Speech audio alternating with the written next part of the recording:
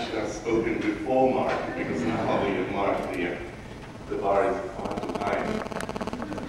But dear friends and colleagues, it is a great honor for me to be speaking to you today, and to be doing so in the context of this Opera America conference. It is not often that I get the opportunity to talk to so many colleagues and friends who love opera, and who devote a substantial part of their lives to creating and promoting it. In the last 50 years or so, we've accomplished extraordinary things. Yet one of our most important goals has remained elusive. We want to reach new and larger audiences. We want to move beyond the group of loyal aficionados. We want, and this is the point of it all, we wanted to make opera part of the cultural conversation of this country.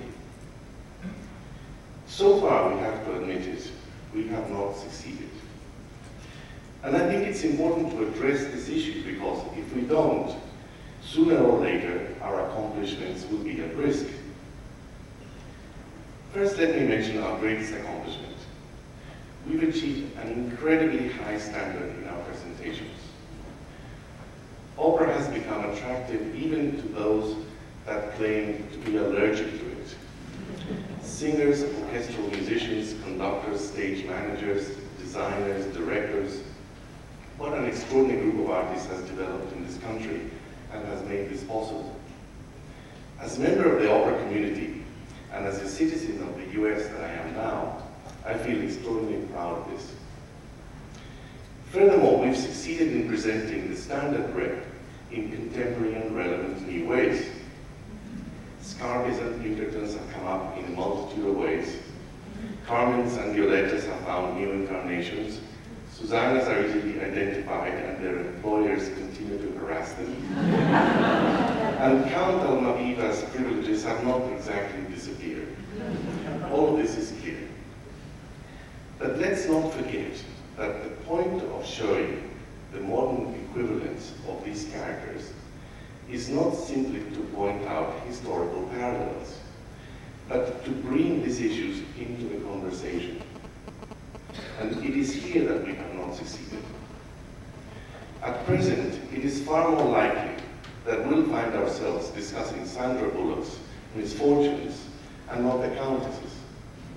We are far more likely to be talking about Tiger Woods than Count Almaviva, even though the issues are exactly the same ones. So this brings me back to the question of updating operas and making characters reincarnate their contemporary equivalents. Do we make Almaviva more relevant if we dress him up as a golfer?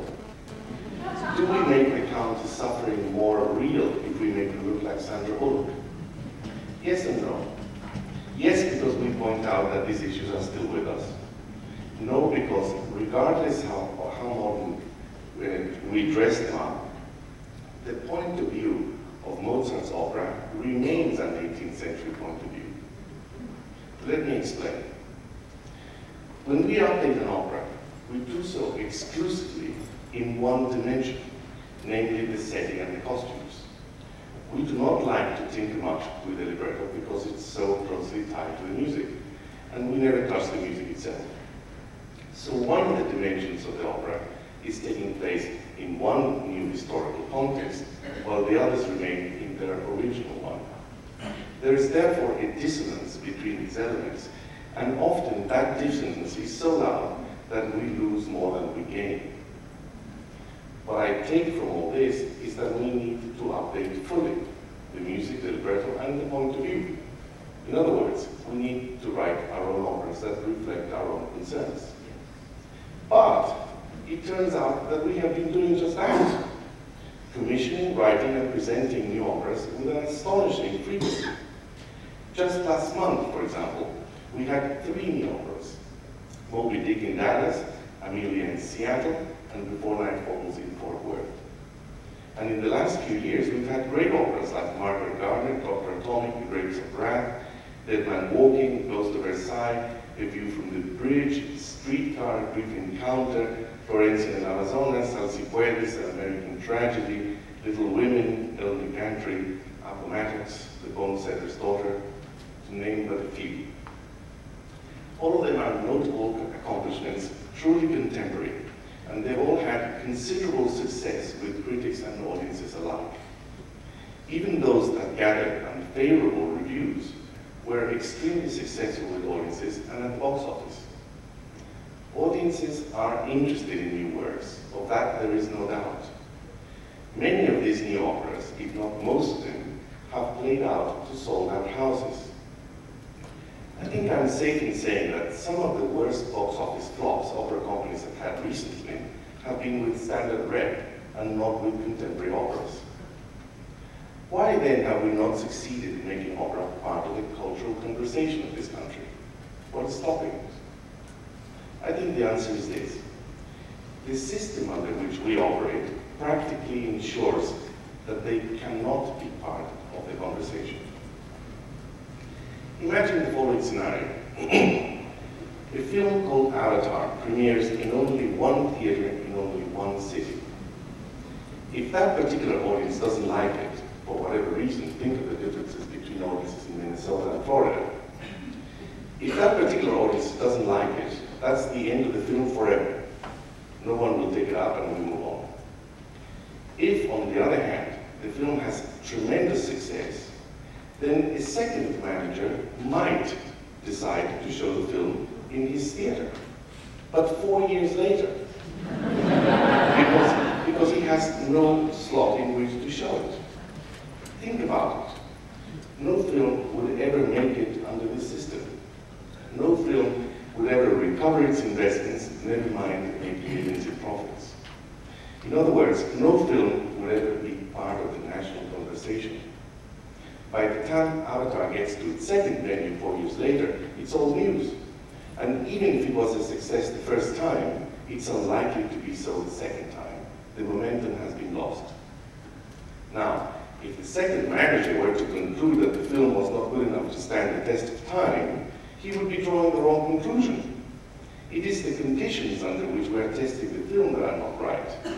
This is why I say that even if an operatic Avatar were to show up, our system would soon kill it. We have not focused sufficiently in this issue. Instead of looking at the deficiencies of the system, we've been dreaming about the next great American new opera, waiting for it to come, sweep us off our feet, and impose itself on the conversation nationwide. As things are now, we might as well be waiting for Godot. Let me report a conversation I had recently. Daniel, I love your work. I would love you to see that. I would love to do one of your operas and introduce your music to our audience. Great, great. How about Florencia and Amazonas? Audiences love it and they seem to relate well to it. No. And I want a new piece. Oh, okay. What about El Postino? No, that's already been done by Los Angeles Opera. Strange reasoning, right? But stranger still is the fact that it has become so familiar that we don't find it odd anymore. It has simply become the way we think about new operas. Why is that? Companies want to present a work that has proven to be successful. That is why general directors go and see new operas so that they can decide whether to present them in their venues later on. At the same time, they want to be the initiators of a successful new work. They do not want to be seen promoting an opera that was initiated somewhere else. Some companies have even made it their policy not to perform a contemporary work that was not initiated by them. This has become so common that anyone with the opposite view feels the need to say so. Peter Gell, for example, has found it necessary to declare that he doesn't mind doing at the Met works that are premiered by other companies. In quotes, they can be tweaked before they get here, he says, quite wisely. It seems like common sense, but unfortunately that has not been the general rule. On the contrary, there is resistance to do a work that premiered successfully somewhere else because it's perceived that this would benefit the initiating company above all. Instead, many companies decide to commission their own new opera, hoping it will be even more successful than the one they liked but discarded. Now, competition can be good, but this is clearly not a good time. Because when the second company comes out with its new opera, other companies will do their best to ignore it too. And thus we ensure that no opera company, no new opera, makes it beyond its own local community. Now, what about co-productions? Isn't that what they are meant to combat? Yes, and the formula works better than single companies. But what remains intact is the mentality. If anything, co-productions reinforce that mentality, because by the time an opera has been done by the 3 companies that commissioned it, nobody else wants to hear it for at least 10 years, regardless of how successful it was. It is the mentality that we need to change now. Opera companies have been working for their own communities, trying to develop them, expand their audiences, etc. This has been great. Now they need to connect them to one another. Now, I'm not suggesting that we get rid of the system and start from scratch, not at all. I know there are good reasons why our system works the way it does. I'm aware of the tremendous financial constraints under which we work, and of the miracles needed to produce each show. I can see why you program well in advance, why you book great artists early on, and ensure your audiences will be well served. I'm aware of all this. In actual fact, I believe that it is because of this system that we've been able to achieve such wonderful results, the results I mentioned at the beginning of this talk. Our present system came into place when we needed to create great singers, seasoned orchestras, experienced directors, specialized venues, skillful managers. We also needed to establish the standard breadth. Furthermore, there weren't many new operas. Now the situation has changed. The standard breadth is established, and there is a wealth of new operas waiting to take center stage in the cultural conversation of this country. We need to make room for that. And it is important we do so. Otherwise, our companies will become irrelevant to all but a few, the few that can travel. And that spells death, if I read it correctly. So I'm asking for a system that is more flexible. Is that at all possible?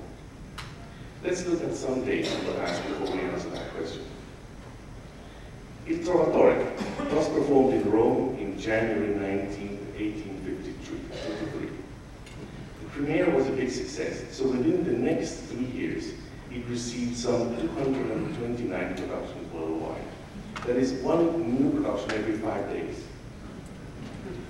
In Naples alone, for example, in its first 3 years, the opera had 11 productions in 6 theaters.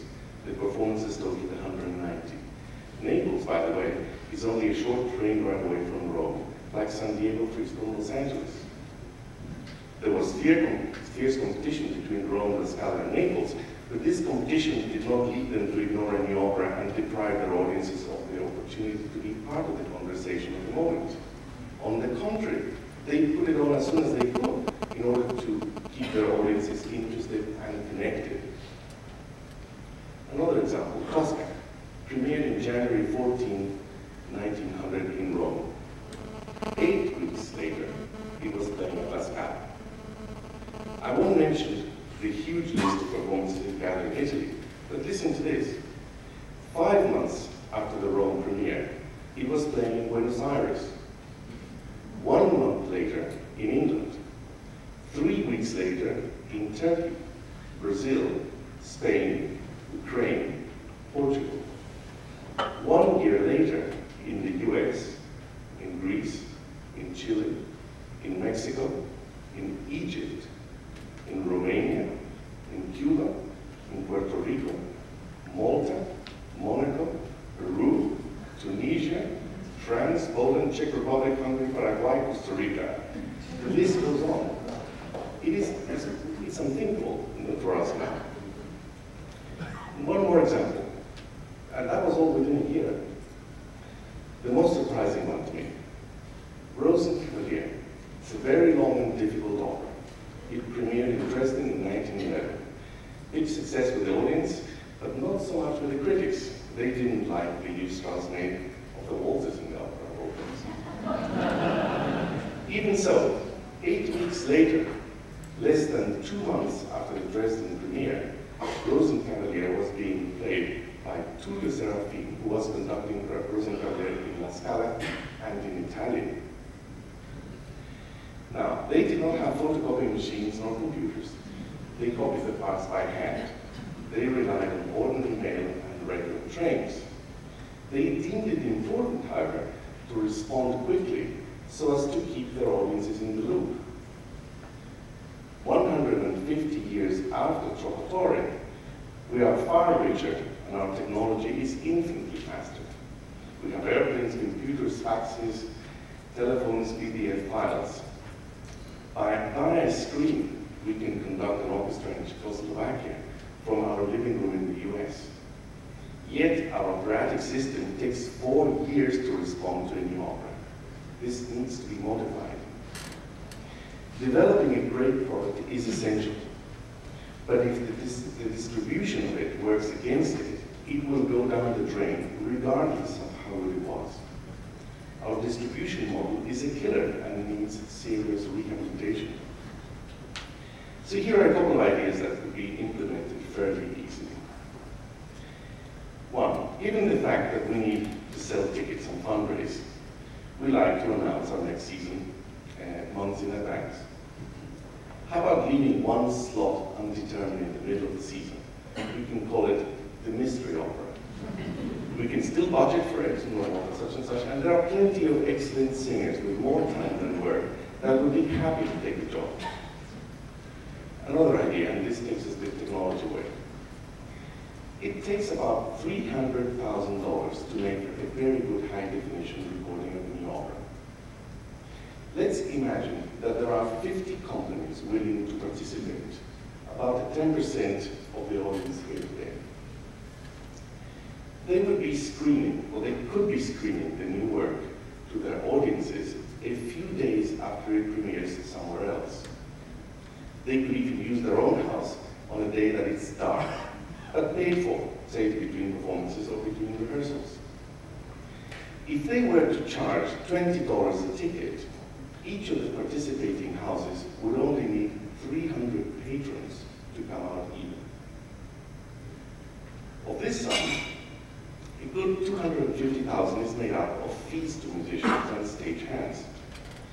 The individual fees are small, but the number of participants is high, so it adds up. Could we negotiate with the unions so that those fees are paid out as profits rather than upfront? The time delay for them would be short, only a few days, but the project would be far more easily realized. And since the payments to individuals are small and hence do not make a big difference in terms of monthly salary, how about channeling those profits to an orchestra fund instead?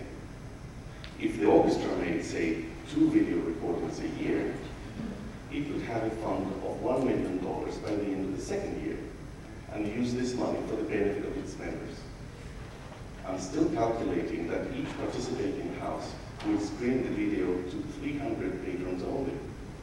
But this number could easily double, and so would the profits. Dear friends and colleagues, please know that I'm addressing these words to you, and that you are the most powerful members of the opera community in the world. You started from scratch, and you have succeeded in setting a new standard of excellence. You've raised the bar, and you've achieved miracles.